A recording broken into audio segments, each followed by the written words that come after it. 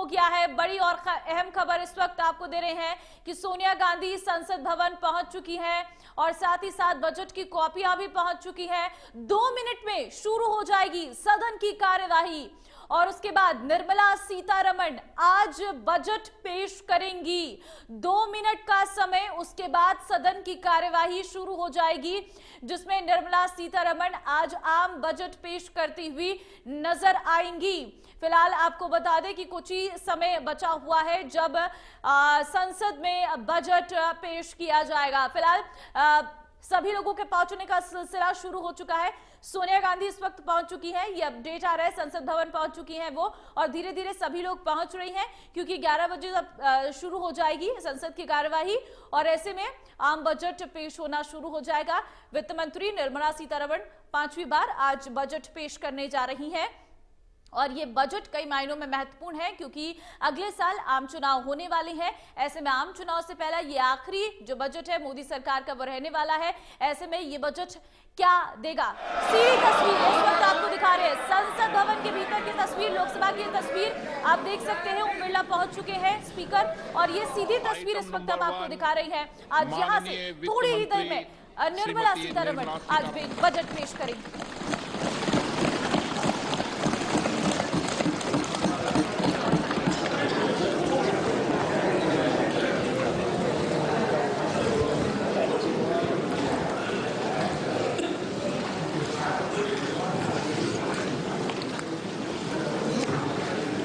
Honorable Speaker, I present the budget for 2023-2024. This is the first budget in Amrit Kal. This budget hopes to build on the foundation laid in the previous budget and the blueprint drawn for India at 100.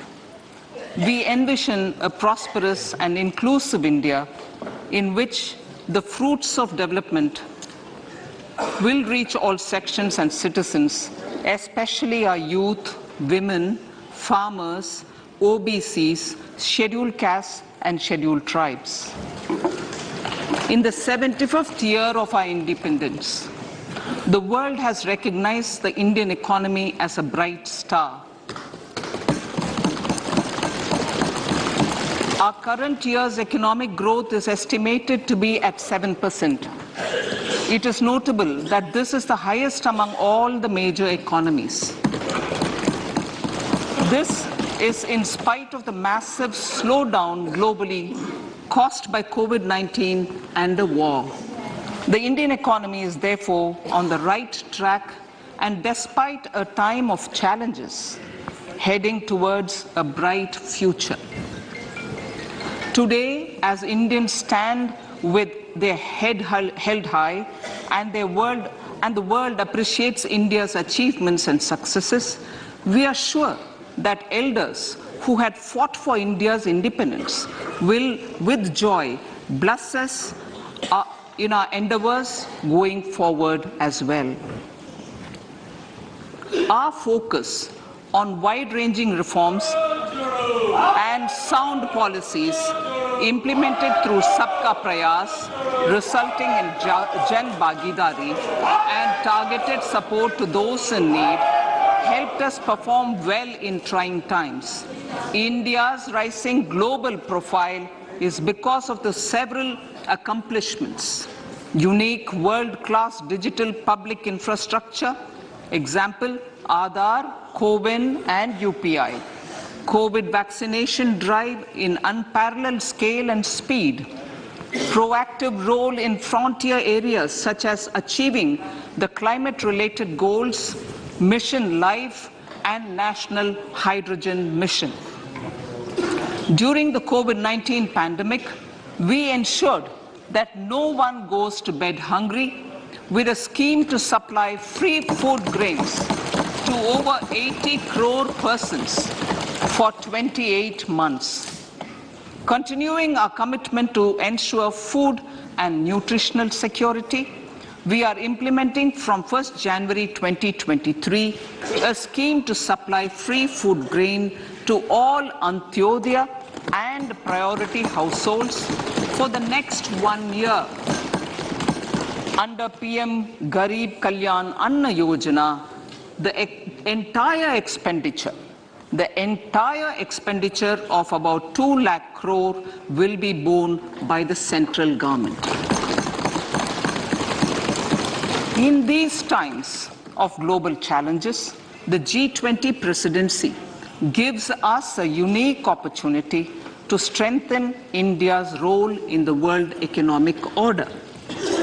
With the theme of Vasudhaiva Kutumbakam, we are steering an ambitious, people-centric agenda to address global challenges and to facilitate sustainable economic development. The government's efforts since 2014 have ensured for all citizens a better quality of life and life of dignity. The per capita income has more than doubled to 1.97 lakh rupees. In these 9 years, the Indian economy has increased in size from being 10th to 5th largest in the world. We have significantly improved our position as well as a well-governed and innovative country with a conducive environment for business as reflected in several global indices. We have made a significant progress in many sustainable development goals. The economy has become a lot more formalized as reflected in the EPFO membership, more than doubling to 27 crore and rupees 7,400 crore digital payments of 126 lakh crore rupees through UPI in 2022. The efficient implementation of many schemes with universalization of targeted benefits has resulted in inclusive development. Some of the schemes are 11.7 crore household toilets under Swachh Bharat mission, which is achieved, 9.6 crore LPG connections under Ujjwala, 220 crore COVID vaccination of 102 crore persons, 47.8 crore PM Jan Dhan bank accounts,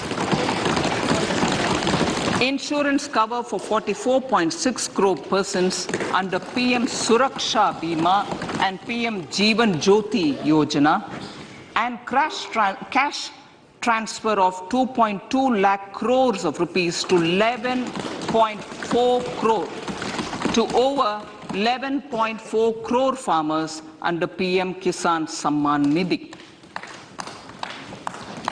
Our vision for the Amrit Kaal includes technology-driven and knowledge-based economy with strong public finances and a robust financial sector. To achieve this, Jan Bhagidari through Sabka Saath, Sabka Prayas is essential. The economic agenda for achieving this vision focuses on 3 things.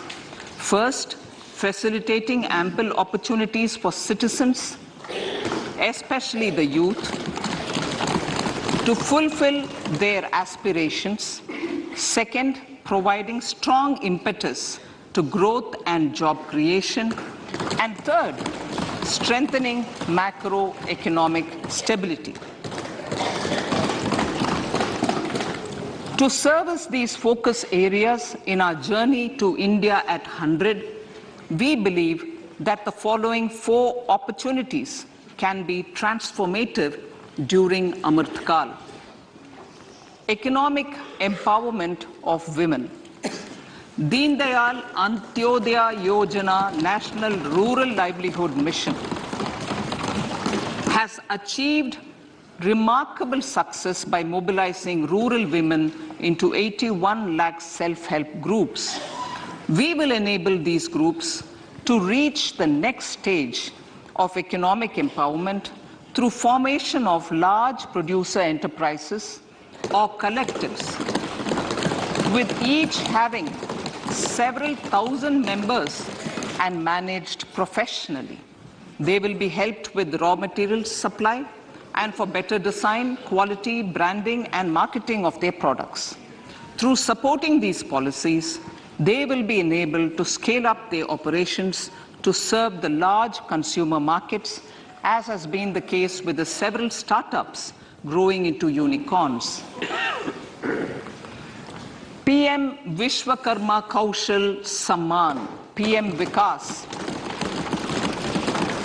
For centuries, traditional artisans and craftspeople who work with their hands using tools have brought renown for India. They're generally referred to as Vishwakarma. The art and the handicraft created by them represents the true spirit of Atmanirbhar Bharat.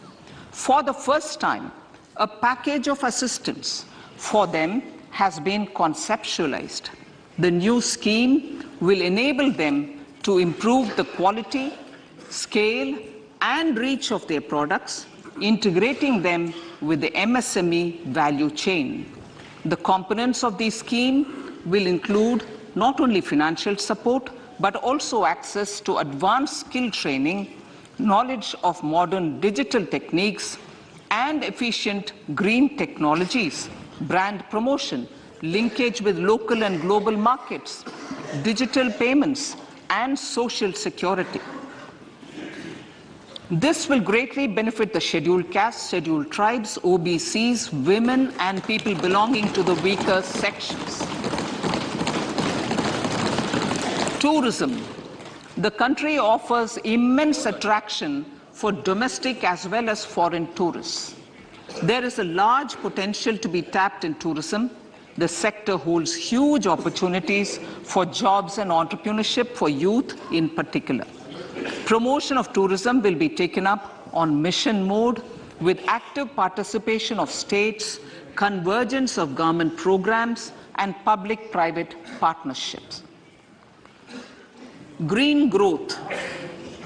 We are implementing many programs for green fuel, green energy, green farming, green mobility, green buildings, and green equipment, and policies for efficient use of energy across various economic sectors. These green growth efforts help in reducing carbon intensity of the economy and provides for large-scale green job opportunities.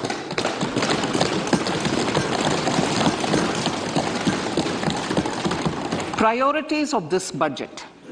The budget adopts the following 7 priorities. They complement each other and act as the Saptarishi guiding us through the Amritkal. Inclusive development, reaching the last mile, infrastructure and investment, unleashing the potential, green growth, youth power, and financial sector. I now speak on the priority number 1, inclusive development. The government's philosophy of Sabka Saath, Sabka Vikas has facilitated inclusive development covering in specific farmers, women, youth, OBCs, scheduled castes, scheduled tribes, Divyangjan, and economically weaker sections, and overall priority for the underprivileged, Vanchiton ko Variyata.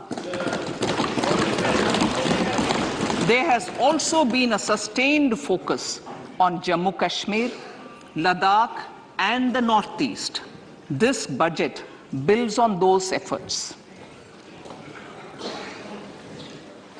Digital public infrastructure for agriculture.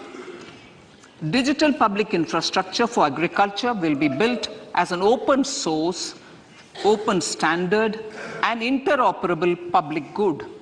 This will enable inclusive farmer-centric solutions through relevant information services for crop planning and health, improved access to farm inputs, credit and insurance, help for crop estimation, market intelligence, and support for growth of agri-tech industry and startups.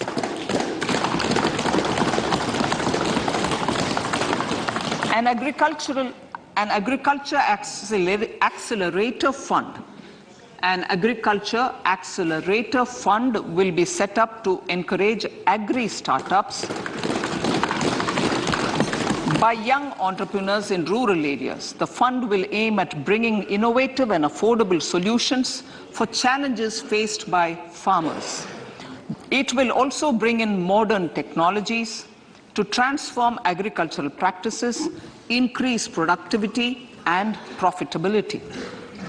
To enhance the productivity of extra long staple cotton, we will adopt a cluster-based and value chain approach through public-private partnerships.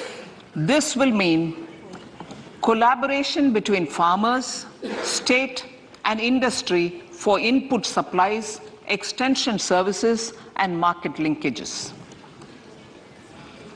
We will launch an Atmanirbhar Clean Plant program to boost availability of disease-free, quality planting material for high-value horticultural crops at an outlay of 2,200 crores. Global hub for millets, which are Sri Anna. India is the forefront.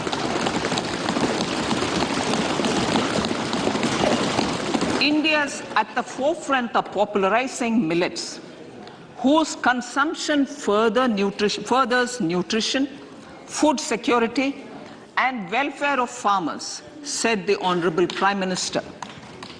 We are the largest producer and second largest exporter of Sri Anna in the world. We grow several types of Sri Anna, such as Sri Anna Jowar, Sri Anna Ragi, Sri Anna Bajra, Sri Anna Kutu, Ramdana, Kangni, Kutni, Kutki, Kodo, China, and Sama. These have a number of health benefits and have been an integral part of our food for centuries. I acknowledge with pride the huge service done by small farmers in contributing to the health of fellow citizens by growing these Sri Anna. Now, to make India a global hub for Sri Anna, the Indian Institute of Millet Research, ideally Indian Institute of the Sri Anna Research, Hyderabad, will be supported as the center of excellence for sharing best practices, research and technologies at the international level. The agricultural credit target will be increased to 20 lakh crores with focus on animal husbandry, dairy and fisheries. We will launch a new sub-scheme of PM Matsya Sampada Yojana, which is an existing scheme, but we launch a new sub-scheme with targeted investment of 6,000 crores to further enable activities of fishermen, fish vendors, and micro and small entrepreneurs, improve value chain efficiencies, and expand the market. For farmers, especially small and marginal farmers, and other marginalized sections, the government is promoting cooperative-based economic development model. A new Ministry of Cooperation was formed with a mandate to realize the vision of Sahkar Se Samriddhi. To realize this vision, the government has already initiated computerization of 63,000 primary agricultural credit societies with an investment of 2,516 crores. In consultation with all the stakeholders and the states, model bylaws for PACS were formulated, enabling them to become multi-purpose PACS. A national cooperative database is being prepared for countrywide mapping of cooperative societies. With this backdrop, we will implement a plan to set up massive decentralized storage capacity.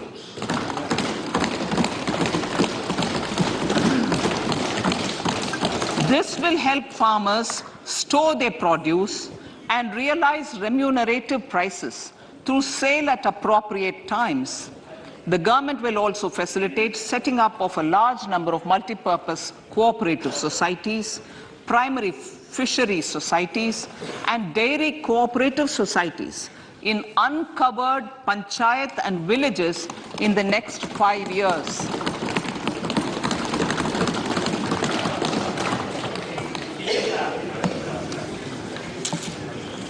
Health, education, and skilling. 157 new nursing colleges will be established in co-location with the existing 157 medical colleges established since 2014. A mission to eliminate sickle cell anemia by 2047 will be launched. It will entail awareness creation, universal screening of 7 crore people in the age group of 0 to 40 years in affected tribal areas, and counseling through collaborative efforts of central ministries and state governments. Facilities in select ICMR labs, Indian Council for Medical Research Labs, will be made available for research by public and private medical college faculty and private sector R&D teams for encouraging collaborative research and innovation. A new program to promote research and innovation in pharmaceuticals will be taken up through centers of excellence. We shall also encourage industry to invest in research and development in specific priority areas. Dedicated multidisciplinary courses for medical devices will be supported in existing institutions to ensure availability of skilled manpower for futuristic medical technologies, high-end manufacturing, and research. Teachers' training. Teachers' training will be re-envisioned through innovative pedagogy, curriculum transaction, continuous professional development, dipstick surveys, and ICT implementation. The District Institute of Education and Training will be developed as vibrant institutes of excellence for this purpose.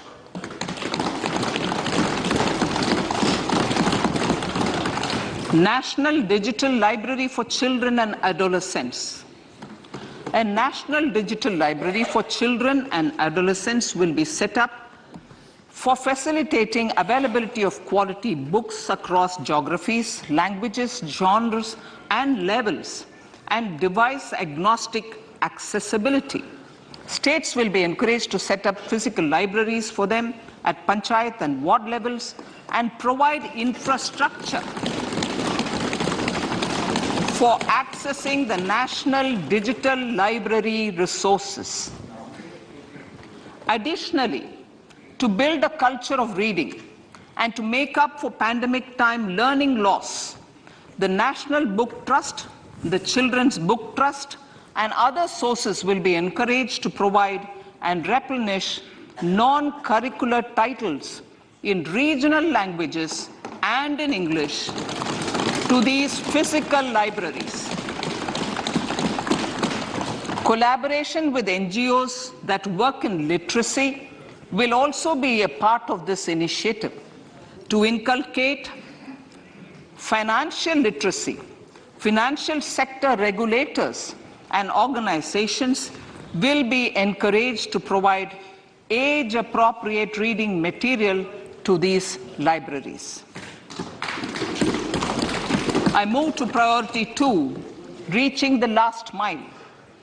Prime Minister Vajpayee's government had formed the Ministry of Tribal Affairs and the Department of Development of Northeast Region to provide a sharper focus to the objective of reaching the last mile. Our government has formed the ministries of Ayush, Fisheries, Animal Husbandry and Dairying, Skill Development, Jal Shakti and Cooperation. Building on the success of the Aspirational Districts program, the government has recently launched the Aspirational Blocks program, covering 500 blocks for saturation of essential government services across multiple domains such as health, nutrition, education, agriculture, water resources, financial inclusion, skill development and basic infrastructure. Manya Speaker, sir, Pradhan Mantri PBTG, which is Primitive Vulnerable Tribal Groups Development Mission, is being launched. To improve socio-economic conditions of the particularly vulnerable tribal groups, the PBTGs as we refer them to, Pradhan Mantri PBTG Development Mission will be launched. This will saturate PBTG families and habitations with basic facilities such as safe housing, clean drinking water and sanitation, improved access to education, health, nutrition, road and telecom connectivity, and sustainable livelihood opportunities. An amount of 15,000 crores will be made available to implement the mission in the next 3 years under the Development Action Plan for the Scheduled Tribes. Ekalavya Model Residential Schools. In the next 3 years, Center will recruit 38,800 teachers and support staff for the 740 Ekalavya Model Residential Schools, which is serving 3.5 lakh tribal students.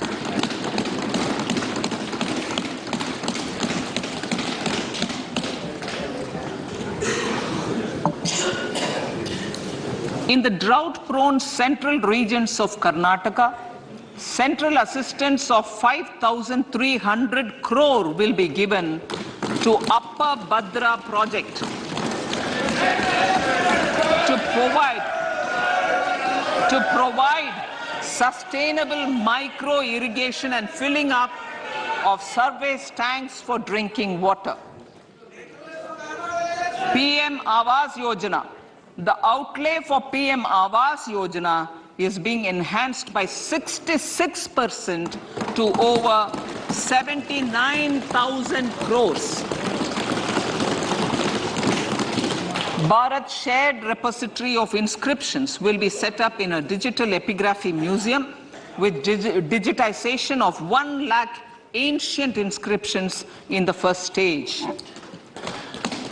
Support for poor prisoners. For poor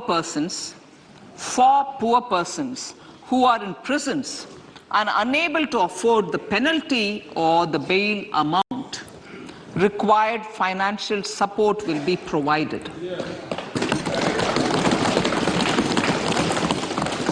Priority number 3, infrastructure and investment. Investments in infrastructure and productive capacity have a large multiplier impact on growth and employment. After the subdued period of the pandemic, private investments are growing again. The budget takes the lead once again to ramp up the virtuous cycle of investment and job creation. Honorable Speaker, sir, the capital investment outlay is being increased steeply for the 3rd year in a row by 33% to 10 lakh crores, which would be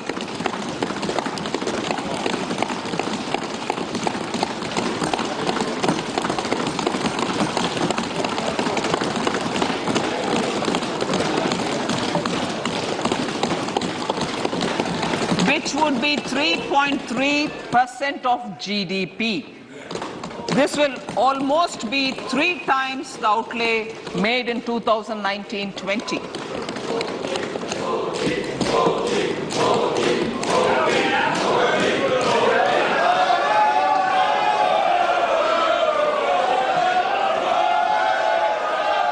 This substantial increase in recent years is central to the government's efforts to enhance growth potential and job creation, crowd in private investments, and provide a cushion against global headwinds. The direct capital investment by the center is complemented by the provision made for creation of capital assets through grants and aids to state. The effective capital expenditure of the center is budgeted at 13.7 lakh crore rupees, which will be